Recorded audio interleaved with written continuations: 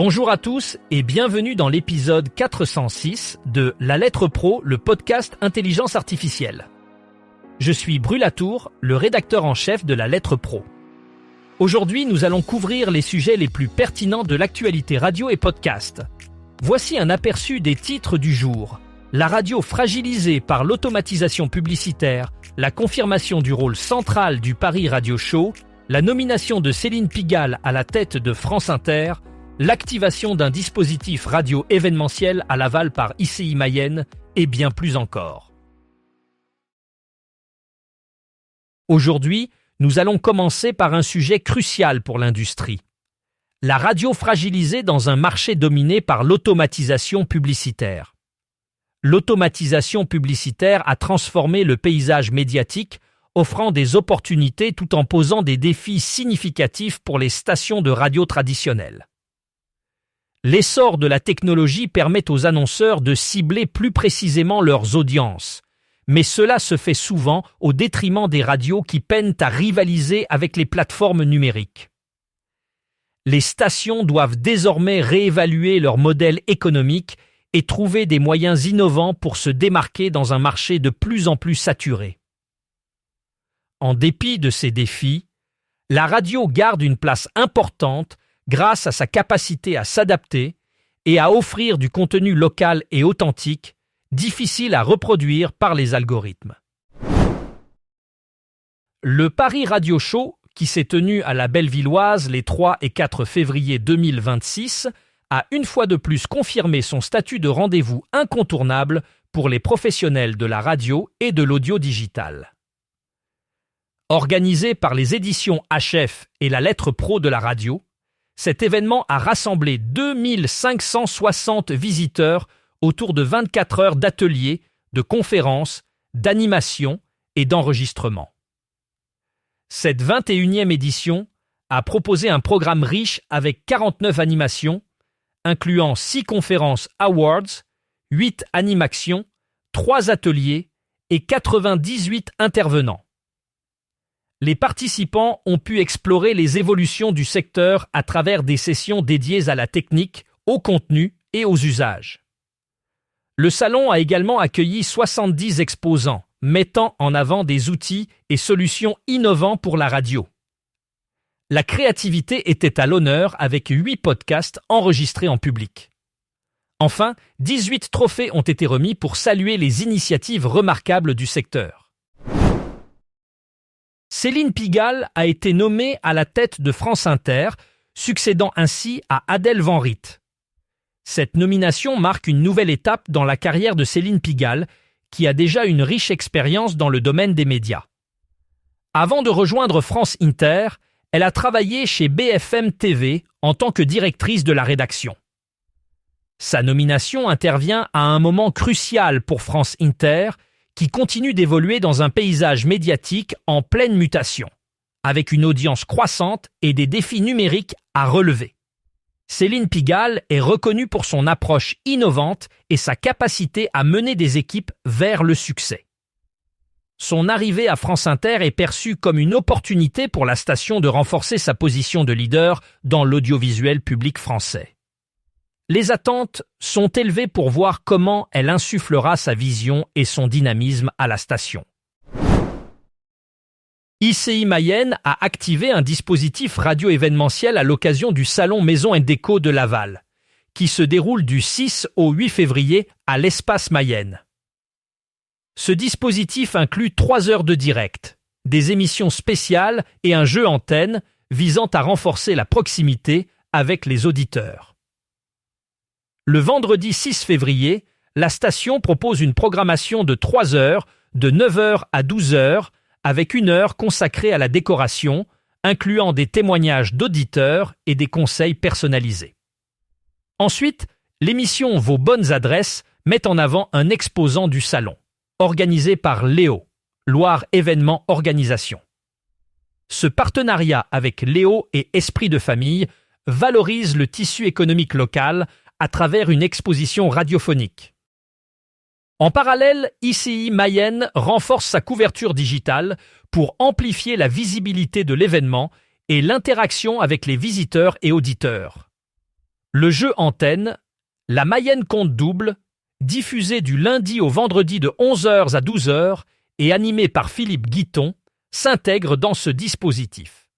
Pour cette édition spéciale, Esprit de famille propose de gagner un bras zéro d'une valeur de plus de 1 700 €. Les gagnants de la semaine participent au tirage au sort final en direct depuis le salon, le vendredi 6 février.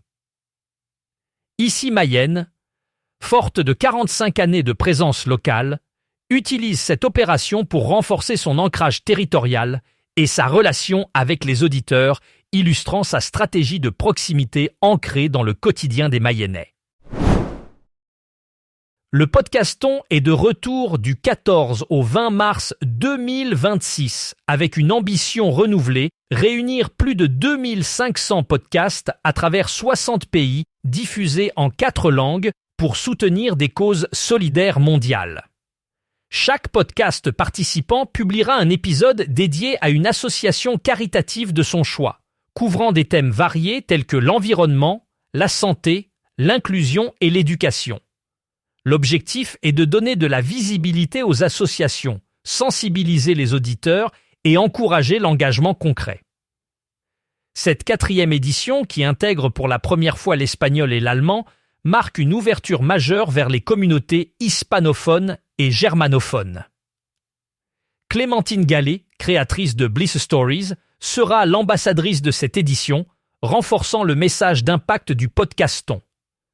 Fondé en France par Jérémy Mani et Yves Delnat, le podcaston est devenu un rendez-vous solidaire international, amplifiant les actions des associations grâce à l'engagement des podcasteurs à travers le monde.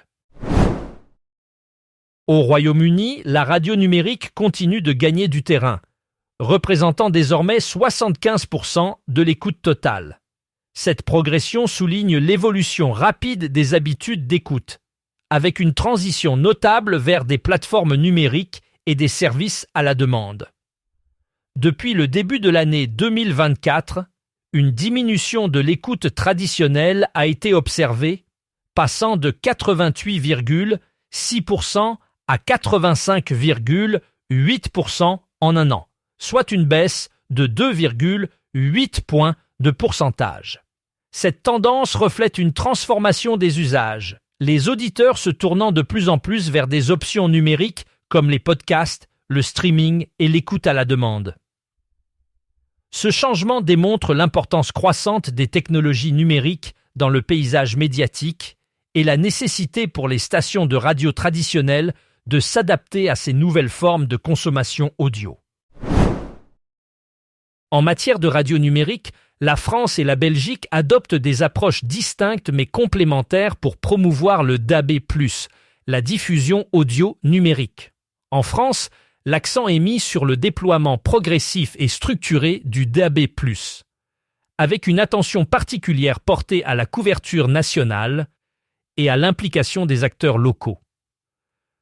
En Belgique, le modèle est plus axé sur l'innovation et l'adaptation rapide, avec une intégration directe des nouvelles technologies et une collaboration étroite avec les opérateurs de télécommunications pour assurer une couverture efficace. Ces stratégies complémentaires permettent de renforcer la présence du DAB plus dans les deux pays, offrant aux auditeurs une qualité de son améliorée et une plus grande diversité de contenus. Frédéric Gérand, président de MaRadio.be, souligne l'importance de ces approches pour garantir une transition en douceur vers le numérique tout en répondant aux attentes des consommateurs modernes. Le marché du podcast au Canada connaît une croissance remarquable, largement soutenue par 3 acteurs majeurs, la Canadian Broadcasting Corporation, Cogeco et QUB. Ces groupes dominent le classement des podcasts les plus écoutés au Canada en décembre 2025, selon les données de Triton Digital. La Canadian Broadcasting Corporation, connue pour sa portée nationale et son contenu diversifié, mène cette expansion en misant sur des productions de qualité et des sujets variés. Cogeco, avec son réseau étendu de stations de radio, utilise sa plateforme pour diffuser des podcasts qui captent un large public. QUB, quant à elle, se distingue par une approche innovante, intégrant les dernières technologies pour enrichir l'expérience des auditeurs. Ensemble, ces entreprises façonnent un paysage dynamique pour le podcasting au Canada, contribuant à l'augmentation continue de l'écoute numérique et à la diversification du contenu audio disponible pour les Canadiens. Radio Classique a récemment intensifié sa stratégie digitale en s'associant avec Audiomiance, une plateforme spécialisée dans la gestion et la distribution de contenu audio. Ce partenariat marque une étape importante pour Radio Classique, qui cherche à renforcer sa présence sur les plateformes numériques et à diversifier ses canaux de diffusion. En collaborant avec Audiomiance, Radio Classique bénéficiera d'outils avancés pour optimiser la distribution de ses programmes et podcasts, tout en améliorant l'engagement de son audience.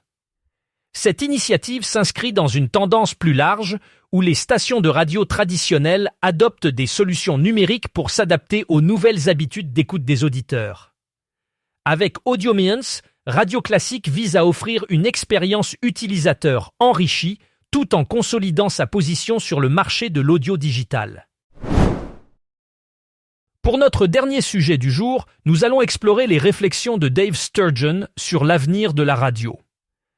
Selon lui, la radio a survécu à de nombreux concurrents au cours des 100 dernières années, mais elle perd aujourd'hui de l'audience car elle n'est plus intéressante. Dans un monde où le contenu est omniprésent, la radio a trop souvent misé sur une programmation musicale sans âme, oubliant que ce qui attire vraiment, ce sont les personnalités, les idées et la surprise. Sturgeon pose une question provocante. Combien de personnes connaissez-vous qui sont vraiment intéressantes? Il plaide pour que seuls les talents capables de raconter des histoires captivantes occupent les créneaux clés de l'antenne. Ce sont ces gens-là qu'il faut mettre à l'antenne aux heures de grande écoute. Pas des voix lisses, pas des robots. Des vraies personnes qu'on ne peut pas ignorer quand elles parlent.